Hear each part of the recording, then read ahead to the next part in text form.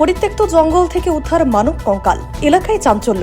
ঘটনা উত্তর ত্রিপুরা জেলার ধর্মনগর মহকুমার চুরাইবাড়ি থানাধীন লক্ষ্মীনগর গ্রাম পঞ্চায়েতে। জানা গেছে, মঙ্গলবার সকালে লক্ষ্মীনগর গ্রাম পঞ্চায়েত এলাকা থেকে চুরাইবাড়ি থানায় খবর আসে, স্থানীয় গ্রাম পঞ্চায়েতের ৩ নম্বর ওয়ার্ডের একটি পরিত্যক্ত জঙ্গলে মানব কঙ্কাল পাওয়া গেছে। সেই খবরের উপর ভিত্তি করে স্থানীয় থানার সেকেন্ড ওসি প্রীতিময় চাকমা দলবল নিয়ে ঘটনাস্থলে ছুটে গিয়ে ঘটনার সত্যতা খুঁজে পান। পরে এক্সিকিউটিভ ম্যাজিস্ট্রেটের উপস্থিতিতে কঙ্কালের হাড়গোড় ও মাথার খুলে উদ্ধার করে ধর্মনগর জেলা হাসপাতালের মর্গে নিয়ে যায় পুলিশ। এদিকে সেকেন্ড ওসি প্রীতিময় চাকমা জানান, কঙ্কালটি কোনো প্রাপ্ত বয়স্ক মানুষের হবে।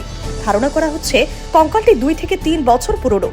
তবে স্থানীয়দের দাবি, গেল 2-2.5 বছর পূর্বে ওই এলাকা থেকে এক ব্যক্তি নিখোঁজ হয়েছিল। তাদের ধারণা এটি ওই ব্যক্তির কঙ্কাল হতে পারে। যদিও স্থানীয় থানার পুলিশ একটি মামলা হাতে নিয়ে গোটা ঘটনার তদন্ত শুরু করেছে।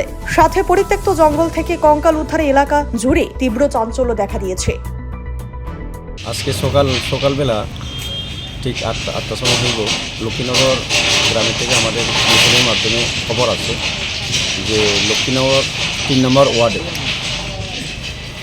একটা গ্রামের পার্শ্ববর্তী একটা জঙ্গলে একটি সম্ভবত মানুষের মৃতদেহের কঙ্কাল পাওয়া গেছে। যথারীতি আমরা গেছি, আমরা গিয়ে এই ইনকোয়ারি করি এবং বনগুলো আমরা এক্সিকিউটিভ ম্যাজিস্ট্রেটের সামনে বনগুলি কালেকশন করি।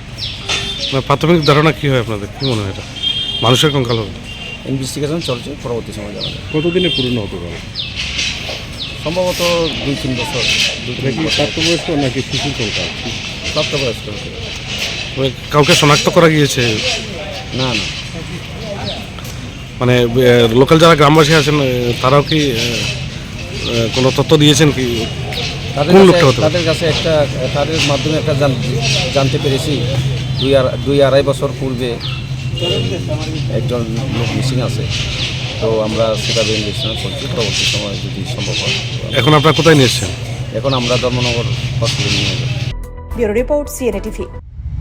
CNA TV, channel for news and entertainment.